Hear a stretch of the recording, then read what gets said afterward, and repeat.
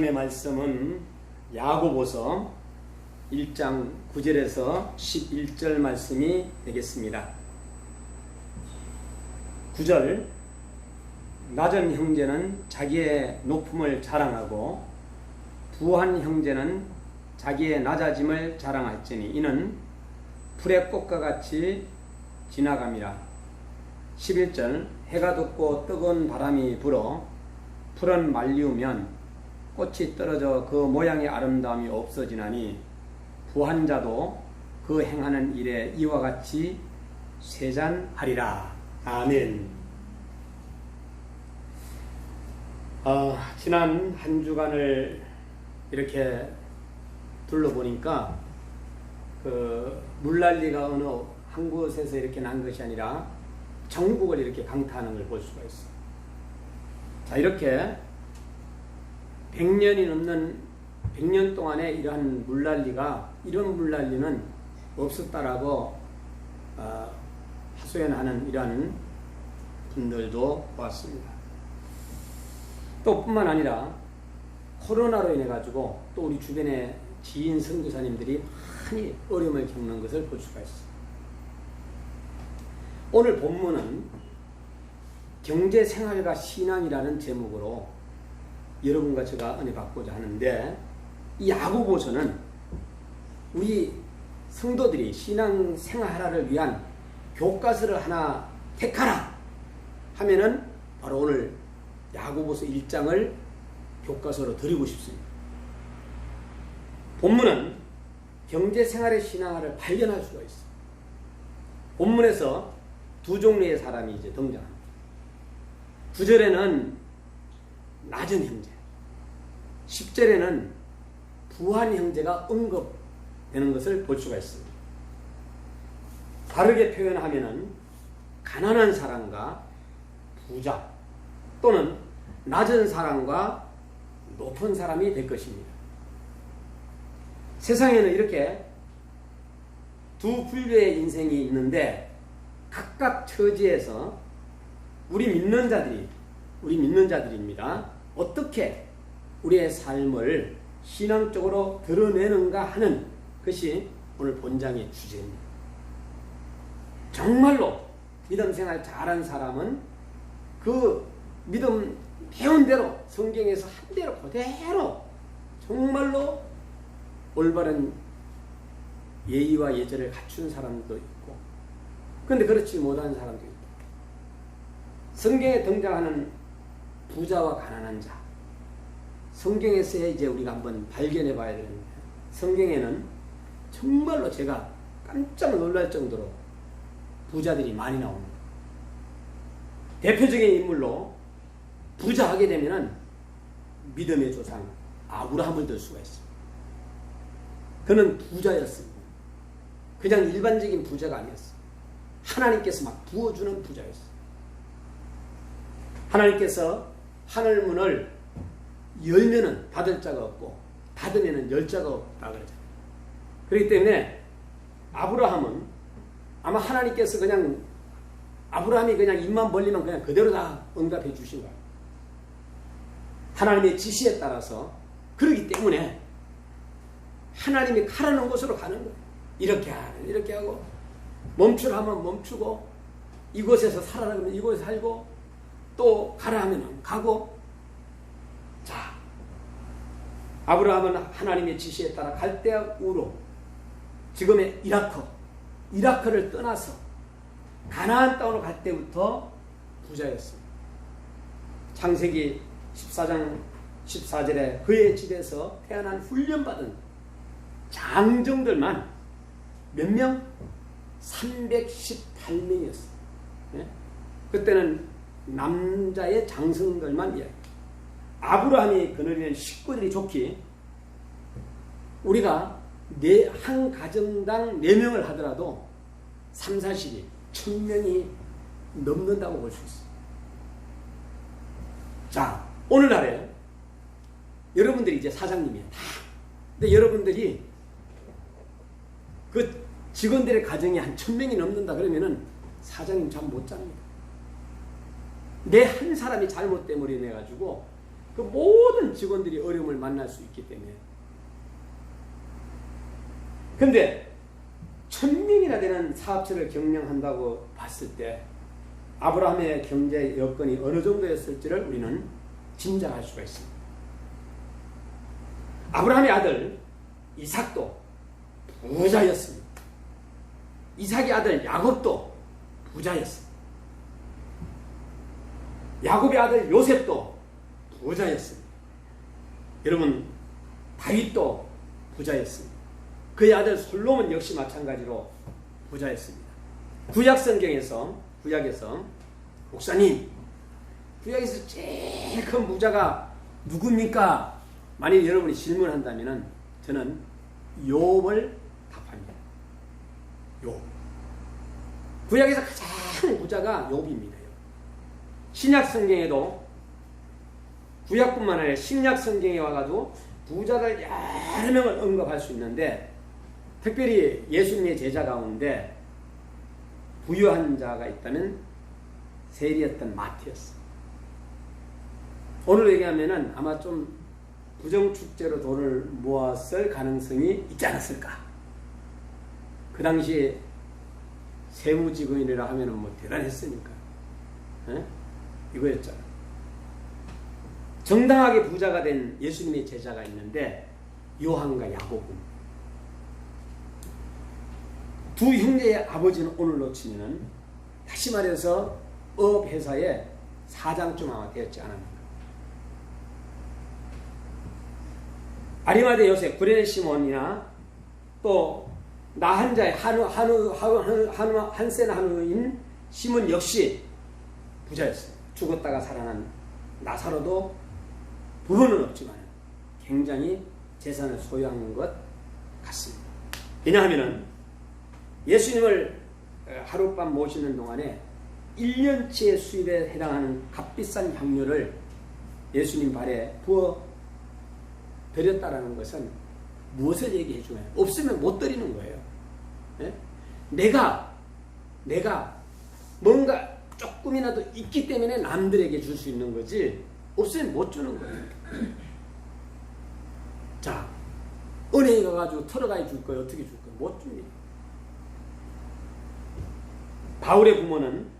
사도 바울의 부모는 로마의 시민권을 살 정도로 부자였습니다.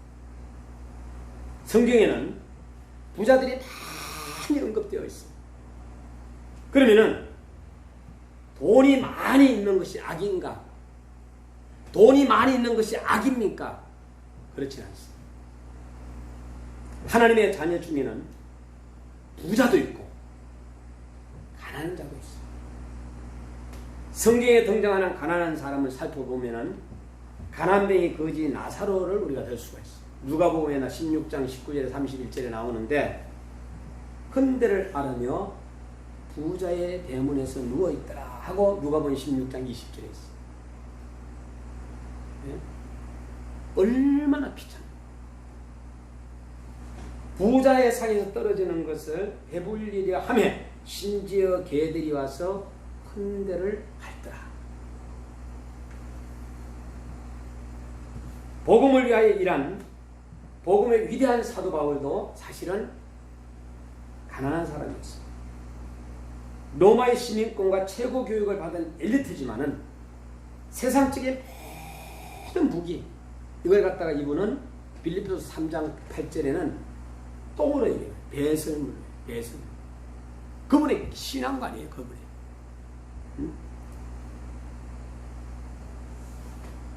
예수님도 사실은 부자였느냐 가난했을 때 가난했습니다. 주변에 제자들 중에서도 가난한 사람이 있었고 부자들이. 그러니까 교회도 마찬가지고 우리 예수님도 모든 가난하든 부자든 간에 다 사랑으로 안는다. 1년에 한 번은 예루살렘 성전에 올라가서 예배를 드리게 되었는데 이때 드리는 희생 제물이라는 게 있었어요. 부자는 소나 양이나 염소나 비둘기를 사용됩니다. 자, 희생 제물은 이렇게 사용되는데 부자들이 하나님 앞에 드리는 것은 뭐 째째하게 뭐 비둘기 이게 아니에요. 소나 양이나 염소를 드렸어요. 그런데 가난한 백성들은 비둘기를 가졌어요.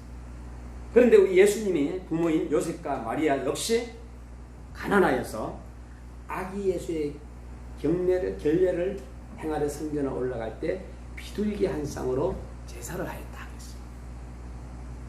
여러분, 오늘날에도 역시 마찬가지 세상에는 부자도 있고 가난한 사람도 있습니다. 성경도 이를 인정하고 있어. 본문 말씀에 낮은 형제와 부한 형제가 바로 그 점을 예시하는 거예요. 우리 주변에는 역시 마찬가지로 가난한 사람들이 많이 있어요. 전 세계적으로 보면은 지금 이 순간에도 굶어 죽는 사람들이 허다하더라. 꼭 내가 가난해지고 싶어서 가난해지는 사람은 없어요. 또 내가 부자가 되겠다고 해서 부자가 되는 사람도 많지 않습니다. 그러므로 이 점에 대하여 인간이 아무런 대답을 할 수 없어요. 가난이 죄의 결과이고 부유한 것이 복받은 결과라고 말할 수 없습니다. 철학자 플라톤이 공화국이라는 책을 보면은 한 국가가 정상적으로 운영되려면은 대표적인 네 분류의 사람들이 있다고 했어요. 첫째, 건강한 육체의 노동자가 있어야 된다. 그 국가가 정상적으로 운영을 하려면. 둘째, 수완이 좋은 사학가가 있어야 된다. 그 국가 안에는. 셋째, 전쟁을 수행할 수 있는 군인이 있어야 된다. 넷째, 철학하는 정치가가 있어야 된다. 오늘 본문의 9절 말씀에 보면은 낮은 형제는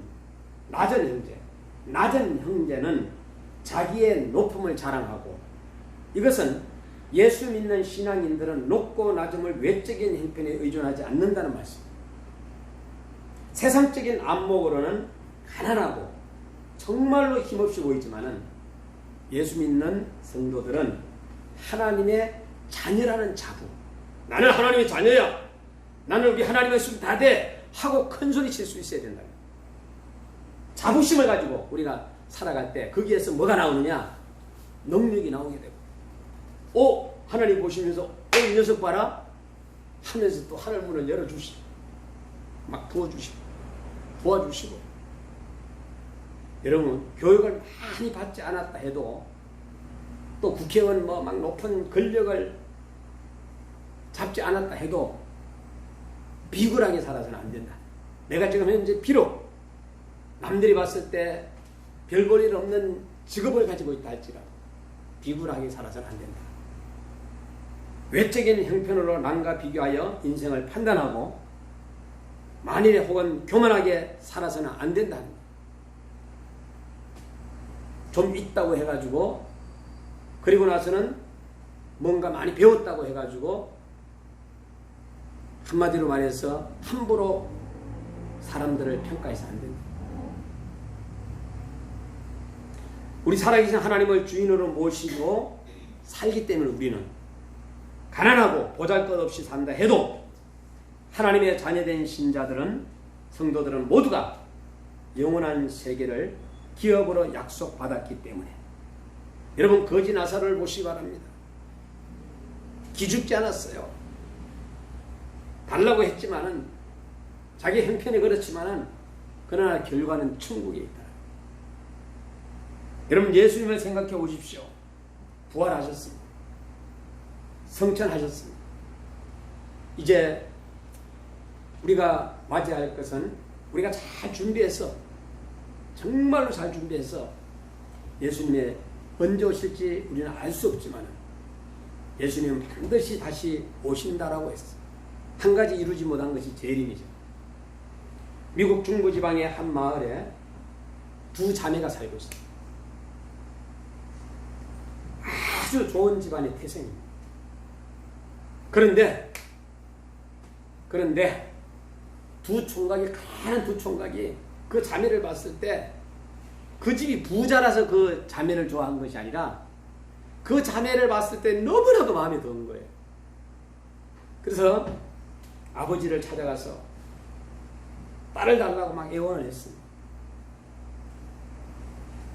그런데 아버지 쪽에서 봤을 때, 이 아들들을 봤을 때, 사위될 놈들을 봤을 때 집안 형편도 별 볼 일 없고 돈도 없고 귀한 딸을 줄 수 없다. 귀한 딸을 줄 수 없다고 딱 잘라버리고. 여러분, 두 총각, 한 총각은 케이저라는 사람이고 또 한 총각 가필드라는 사람이었는데, 이들은 후에 미 합중국 대통령이 되었어요. 두 자매는 대통령의 부인이 될 뻔했습니다. 그 아버지는 대통령의 장인이 될 뻔했습니다.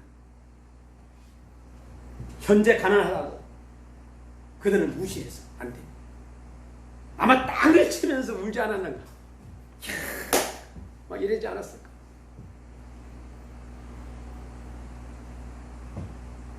사람들이 어떤 인물이 될지 우리 젊은이들이 지금은 알 수 없어요. 장래는 하나님만이 아시는 거예요. 낮은 형제는 자기의 높음을 자랑한다고 해요. 여기에 그 자랑은 바로 여호와 하나님. 여기에 우리의 소망이 있는 것입니다. 영원한 나라와 하나님의 기업, 하나님 그분이 우리의 기업이고, 썩지 않고 없어지지 않는 영원한 기업, 나의 기업 되시는 살아계신 하나님, 그분 때문에 낮은 형제도 자랑스럽게 고개를 들고 떳떳하게 살 수 있는 거예요. 내가 좀 더 가난해도 우리는 그분을 모시고 산다면 어디든지 가더라도 우리는 많은 사람들로부터 존경을 받고.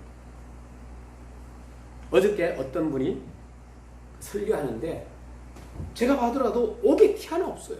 그렇게 여성분인데 말씀을 잘 전하시더라고요. 제가 막 얼마나 은혜 받았는지. 근데 어떤 여성분 한 분이 설교하는데 처음부터 끝까지가 아니야. 이건 아닌데 이건 아닌데 아닌데 이래요. 여러분, 부한 형제, 성경에는 부자가 많이 등장한다고 말씀드립니다. 부자가 되는 방법도 여러 가지가 있습니다. 가장 쉬운 길은 부잣집에 태어나면 되는 거예요.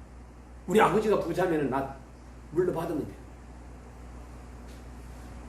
그런데 그 일이 마음대로 되느냐고요. 나는 요번에 가장 부자인 우리 대한민국의 부잣집에 태어날래. 아가들이 그렇게 태어납니까? 부모의 재산, 부모가 물려준 유산 덕분에 부자가 되는 사람들이 많이 있습니다. 또 어떤 사람은 가난한 집에 태어나서 어렵게 자랐지만은 자기 스스로 노력해가지고 자수성가한 사람도 많습니다. 한국의 50대 이상은 거의 자수성가한 사람들이라고 봐도 될 것입니다. 이제 본문 10절 말씀을 보게 되면은 부한 형제는 자기의 낮아짐을 자랑할지 이는 풀의 꽃과 같이 지나감이라 그랬어요. 이 말씀이 뜻하는 바가 무엇인지 우리가 생각해 봅시다. 예수 그리스도를 믿는 부자, 그리스도인으로서 세상의 권력을 가진 사람은 세상적 지위와 부귀를 최고로 여기지 않을 뿐더러 거기에 소망을 두지 않는다는 말입니다. 우리의 소망은 오직 하나님을 아는 데 있다는 거예요. 말씀을 아는 데 있는 거예요. 예수 그리스도를 아는 데 우리가 소망을 두면 되는 거예요. 돈이 많고 권력을 가지고 권세를 누린다고 할지라도 학식이 많아도 낮아져서 또 겸손하게 살아가는 그러한 신앙인도 많이 있습니다. 그래서 낮은 자는 높이 살고 높은 자는 낮아지라. 오늘 본문에서 그렇게 이야기합니다. 전직 장관의 고백을 말씀을 드리겠습니다. 이제 대통령으로부터 장관직에 임명을 딱 받습니다. 그런데 많은 사람들이 그 장관님 줄 서가지고 장가님 하면서 찾아왔는데 뭔가 한 가지 잘못해가 있고 딱 그냥 해임되니까 모두 다 발길을 끊더랍니다. 그렇습니다. 우리의 외적인 상황은 이와 같이 덜에 불과 같다라는 거예요. 건강도 약해질 수 있고 부귀와 명예도 순식간에 우리는 잃어버릴 수도 있습니다. 예수 믿는 사람은 부자가 됐다고 건강하다고 실력을 행사할 수 있는 자리에 있다고 절대로 교만하게 처신하면 안 된다는 거예요. 그리스도를 믿는 부한 형제는 남을 멸시하지 않습니다. 불쌍한 사람을 억울하게 만들지 않습니다. 자신이 가진 이점으로 다른 사람을 괴롭히지 않습니다. 우리가 현재 가지고 있는 것들은 하루아침에 그냥 그대로 이룰 수도 있는 일시적인 것임을 우리는 늘 염두에 두어야 합니다. 부귀와 명예가 우리에게 주어진 한은 그것을 마땅히 잘 관리하고 이용해서 하나님께서 나에게 맡겨준 그 책임을 우리는 인식하면서 잘 감당하면 됩니다. 우리도 장차 하나님 앞에서 우리의 손익을 계산할 날이 올 것입니다. 많이 받은 사람은 많이 받았기 때문에 더 큰 책임을 져야 합니다. 큰 교회라고 해가지고 좋아할 것 없어요. 그분들은 그분들만큼의 또 하나님 앞에 책임을 져야 해요. 그러므로 우리에게 재산과 권력이 있을 때 그것들이 사라지기 전에 하나님의 영광을 위하여 사용해야 합니다. 어느 교회가 큰 교회를 짓고 있어요. 빚을 내가지고. 그런데 거기 다니는 11조도 많이 하고 정말로 계층 멤버인 권사님 제가 봐도 아주 훌륭하신 분이세요. 그런데 목사님이 하는 거에 있어서 지금 현재 그걸 반대하진 않는데 이제 목사님이 몇 년 있으면 은퇴하고 나서 후임자가 그 빚을 과연 이끌어 나갈까? 목사님 같으면 괜찮은데 그 목사님은 괜찮은데 후임 오시는 분이 과연 그 담임 목사처럼 이끌어 나갈까? 그걸 권사님은 앞을 내다보더라고요. 우리 일반적으로 우리 지금 현재 앞에 넣어보자. 그걸 저한테 걱정하더라고요. 정년퇴직 없이 계속하면 안 되느냐고. 어? 세상의 재물은 있다가도 없고 없다가도 생기는 것이 바로 재물이에요. 오늘 이 선생님이 나가가지고 복권을 하나 딱 샀어. 근데 사고 싶어서 산 게 아닌데 그냥 샀어요. 사가지고 누군가에게 이쪽에 있는 서집사님에게 줬어. 갑자기 서집사님 당첨된 거예요. 그 사람 받아가지고 그래 갑자기 막 그냥 부자가 될 수도 있다 하는 거예요. 그러니까 우리는 모른다. 그러므로 우리는 믿는 사람은 절대로 없어도 비굴하지 않고 있어도 자랑하지 않고 낮은 형제는 영적인 은혜와 영적인 기업을 바라보고 있습니다. 하나님을 소망하며 우리가 살아가는 이유 중에 한 가지가 기쁘게 살아가는. 우리 이 선생님이 딱 들어오니까 이 집사님이 막 좋아가지고 웃으시는 걸 봤는데 바로 그거거든요. 상대방이 우리를 웃기는 거예요. 상대방이 나를 갖다가 웃게 하는 거예요. 서로가 이렇게 해서 봤을 때 우리에게는 영적인 파워가 더. 왜 그렇습니까? 좀 늦었지만은 그래도 사랑하는 남편이 교회 문을 열고 왔다라는 거에 대해서 아마 기뻐하지 않는가 하는 생각입니다. 맞습니다. 부한 형제는 자신에게 맡겨진 책임을 깨닫고 우리는 겸손하게 살아가. 믿는 사람은 어떤 처지도 상관하지 않습니다. 세상적인 성공을 누리고 못 누리는 것이 우리의 마지막 소망이 아니기 때문에. 그래서 누구나 떳떳하고 멋있게 주 안에서 소망을 품고 자신감 넘치는 삶을 살 수 있습니다. 하나님께서 주신 은혜의 분량대로 우리가 살아가는 것입니다.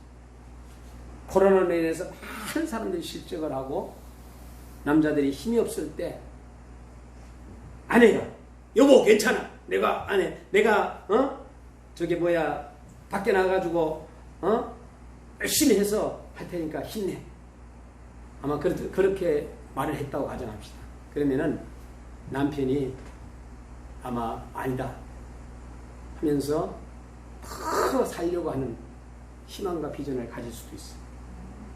많은 것을 위탁받은 것은 어떻게 생각하면은 위험물을 소유한 것과 마찬가지다.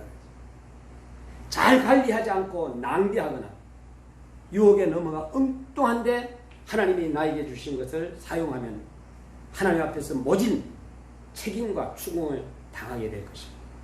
우리는 특별히 하나님의 영광을 위해서 또 이웃을 위해서 교회를 위해서 우리의 가진 것을 투자해야 할 책임이 있고 또 우리는 교만해질 이유도 없고 낭망할 까닭도 없습니다. 그저 주께 칭찬받을 수 있도록 부하든지 가난하든지 간에 하나님 나라를 기업으로 삼고 만족스럽게 감사하며 살아가는 저와 여러분이 돼야 됩니다. 이것이 경제생활 속에서의 신앙생활이에요. 여러분 가난하든지 부하든지 믿음 안에서 신앙적인 삶과 신앙적인 태도로 주께서 허락하신 인생을 행복하게 살기를 주의 이름으로 축원합니다.